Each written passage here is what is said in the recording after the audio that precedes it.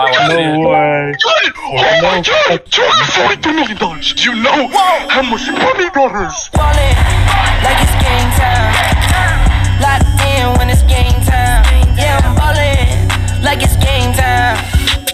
I wake up, flex on down that check. No drip, this time to run it.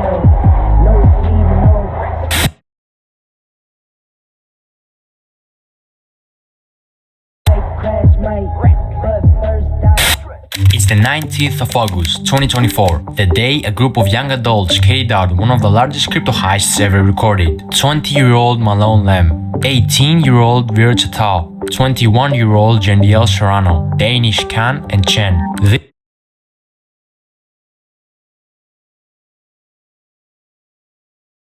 These kids targeted a single Genesis creditor who had no idea they were about to lose a staggering $230 million worth of Bitcoin. But how did they pull it off? Were they expert hackers with advanced coding skills? Well, it was much simpler than it seems. These scammers did something very clever. They hacked into basic human nature.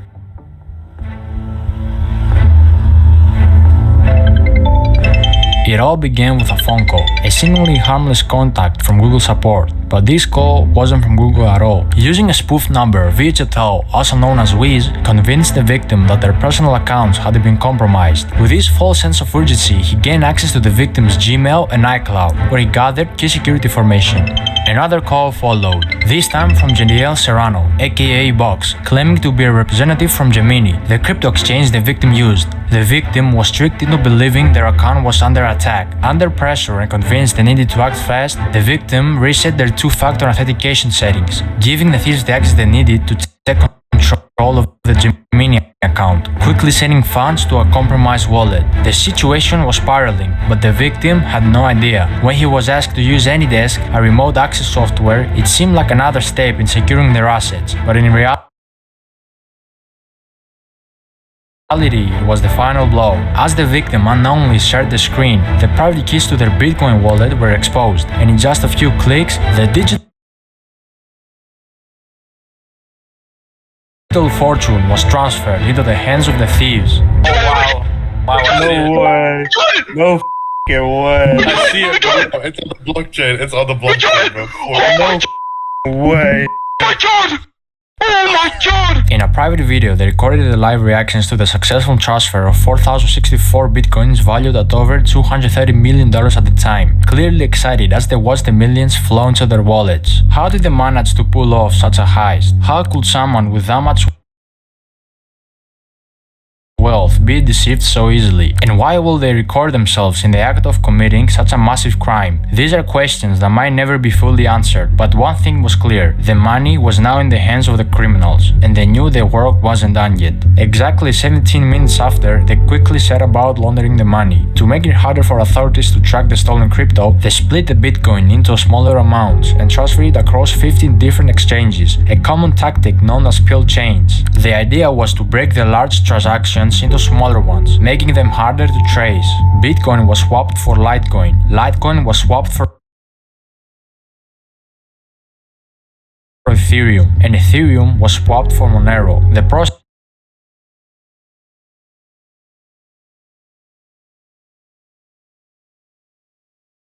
took several days, with constant swapping between different currencies and exchanges, further obscuring the trail. Go to the top right, the settings bar.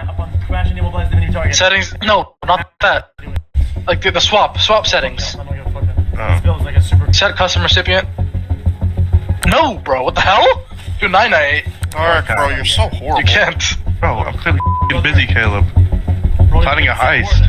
Soon enough, all the stolen money was now clean money, ready to be spent, and the criminals didn't hold back. The day before the heist even took place, they were already planning on how to spend their fortune, sharing links with each other on Telegram of expensive luxury clothes they wanted to purchase, from brands like Louis Vuitton, Givenchy and Philippe Plein. While most of the crew chose to play it safe, keeping a low profile and resisting the temptation to splurge, one man couldn't help but stand out. His name? Malone Lem. Ballin' like it's game time. Locked in when it's game time. Yeah, I'm ballin'. Okay, but realistically, I'm not... Wait, Why is there an ad inside my video? I need to call Pi. Pi. Malone was based in LA, and the moment he got his hands on the money, he wasted no time diving headfirst into a luxurious lifestyle. Everything he had once watched wealthy people enjoy was now within his reach.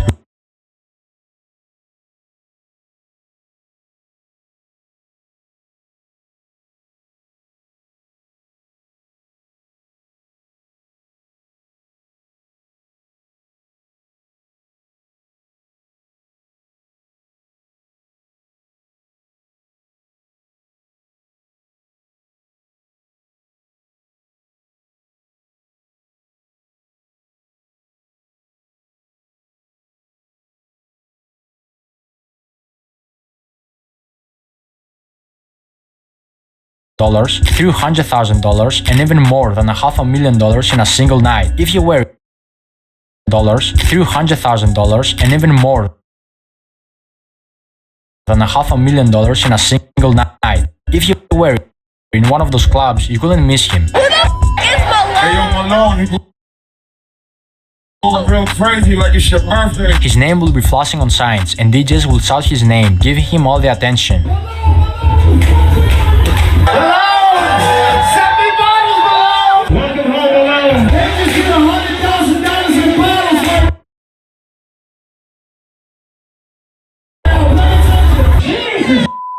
This is next level.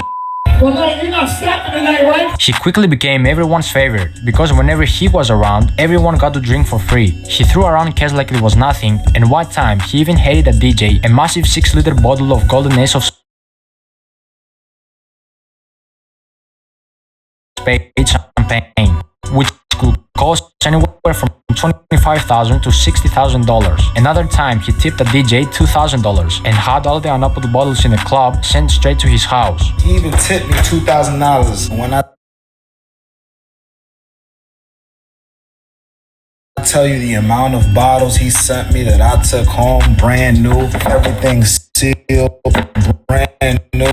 But as fun as LA was, it still didn't feel like enough. He craved more attention, more luxury, more extravagance. So what did he do? He chartered a private jet to Miami. There, he took his spending to a whole new level. In Miami, Malone settled in a waterfront mansion. This place wasn't just any house. It was a $10.5 million estate with a $62,000 a month rental price tag. This mansion was massive, covering over 8,500 square feet. With 25-feet ceilings, 10 bedrooms, and a huge pool with a jacuzzi. It had 2 big front gates and a garage with a spacious driveway that was later filled with expensive supercars and luxury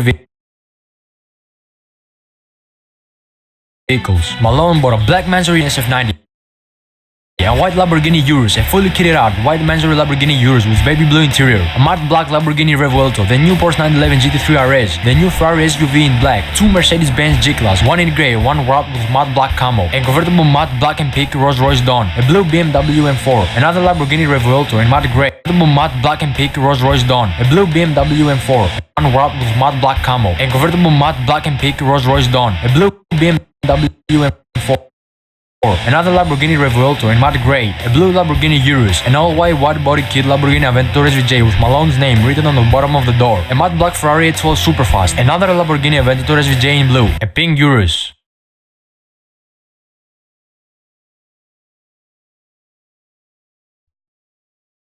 which Malone originally bought as a gift for his ex-girlfriend to try to get her back, but got rejected again.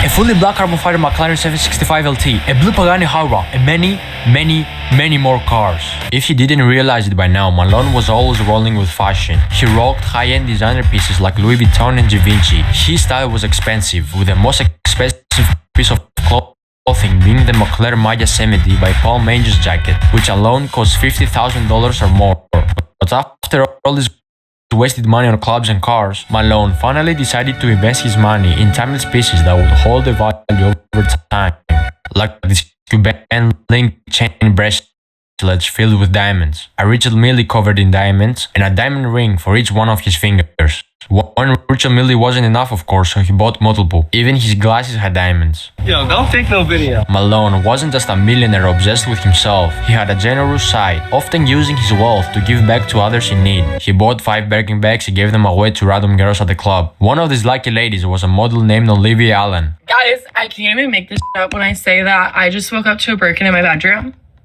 because a man gave it to me in the club last night. This is your sign to go clubbing. Another lucky lady who got a Birkin bag was famous TikTok star Sky Bree. Me and my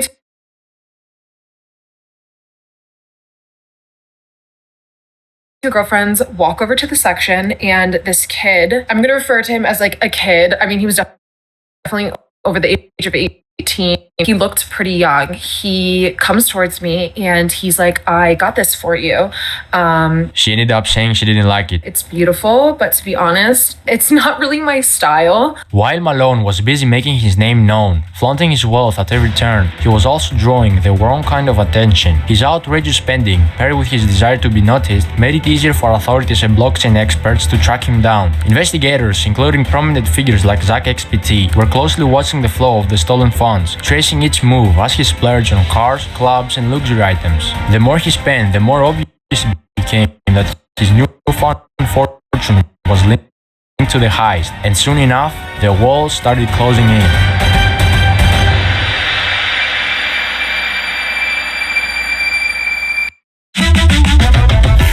This holiday, get more gaming and more cheer. Switch to Fios Home Internet and for Malone thought he was untouchable, but behind the scenes, law enforcement and experts like Zach XPT were already connecting the dots. Through his flashy spending, investigators tracked large transactions linked to the stolen Bitcoin, using blockchain analysis to map out the movement of funds. What's more, both Box and Wiz slipped up during the process of laundering the funds. On several occasions, they accidentally leaked the stolen funds with their personal assets. Wiz, for example, also leaked his full name during a screen recording, while Box reused deposit addresses, making it easier to trace the funds back to them. These mistakes, combined with recorded conversations and digital footprints, painted a clear picture of the criminals' activities. By mid-September 2024, the FBI and other authorities had gathered enough evidence to act. On the 19th of September, federal agents raided Malone's Miami mansion, where he was arrested, surrounded by all the luxuries he had bought with a stolen fortune. We have boom, and we thought that was shooting in the neighborhood, and we saw a lot of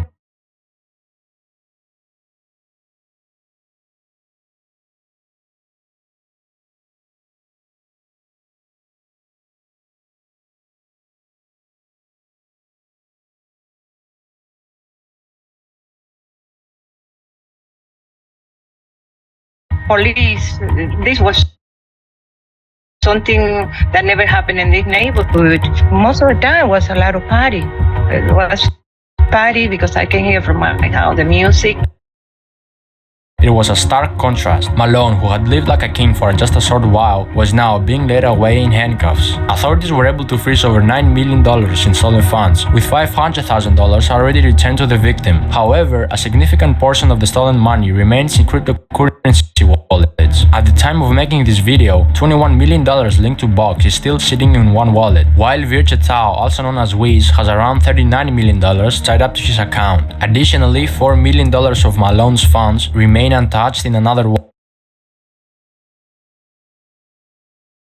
wallet. But what happened to everything else he bought? The cars, the clubs, the private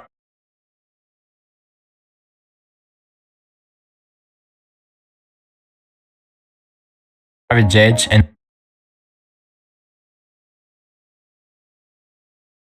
all the flashy stuff. See, when a criminal buys luxury items, like cars, with stolen money and later gets arrested, the government steps in and seizes those assets through a process called asset forfeiture. This allows law enforcement to take control of anything purchased with illegally obtained funds, such as cars, houses, or expensive jewelry. Once these assets are seized, they are usually put up for auction. In many cases, dealerships or buyers, including the same dealer who originally sold the cars, can purchase them again, often at a lower price than they were initially sold for. The money made from these auctions then is used in a couple of ways. A portion of it will go toward compensating the victims of the crime, helping to recover some of the stolen funds, while another portion could be used to cover the cost of the investigation and legal proceedings. If the victim is lucky, he can get 50 to 65% back after the auction and administrative fees, the cut the investigators will get. However, in Malone's case, 3 of the cars he purchased, the Mandarin Lamborghini Urus, the Lamborghini Revuelto, and the Porsche 911 GT3 RS, were later transported to LA following his arrest. These cars were spotted by EFF Spot, a popular YouTuber who is known for his rare and expensive car spotting videos. In this particular video, both the Revuelto and the Porsche appeared with noticeable damage. The Revuelto had significant front-end damage, while the Porsche was dented in the rear, suggesting that the Revuelto had likely rear-ended the Porsche. This kind of damage will undoubtedly decrease the value of these cars when they go to auction, significantly reducing the amount the victim could recover. The same process will apply to the clothes, jewelry, watches, and designer glasses that Malone purchased. These luxury items are likely to be seized by authorities and auctioned off as part of the asset recovery process. High-end watches, such as his Richard Mille pieces, are particularly valuable and could bring in significant amounts at auction.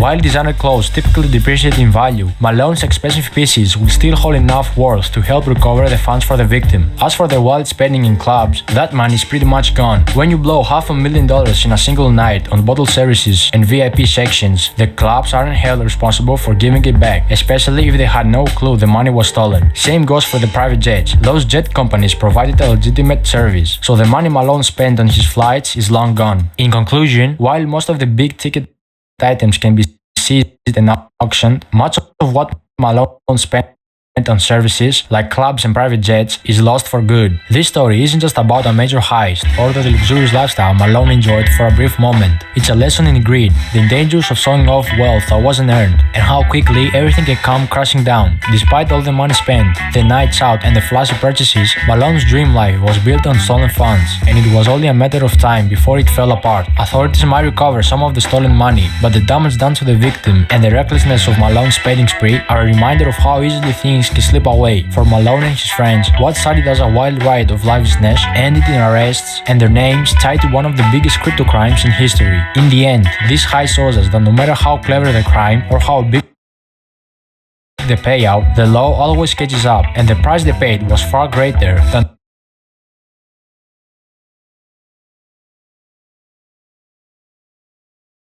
the short-lived luxury they enjoyed.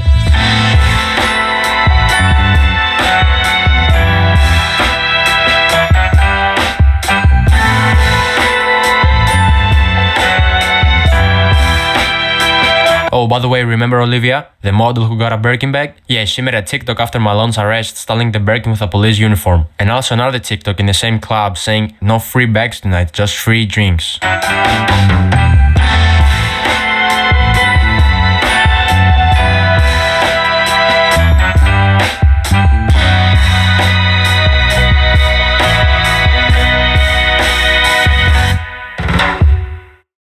What do Elma, Jimmy, and Marcus have in common? They all grew their businesses with Fiverr freelancers. Whether it's for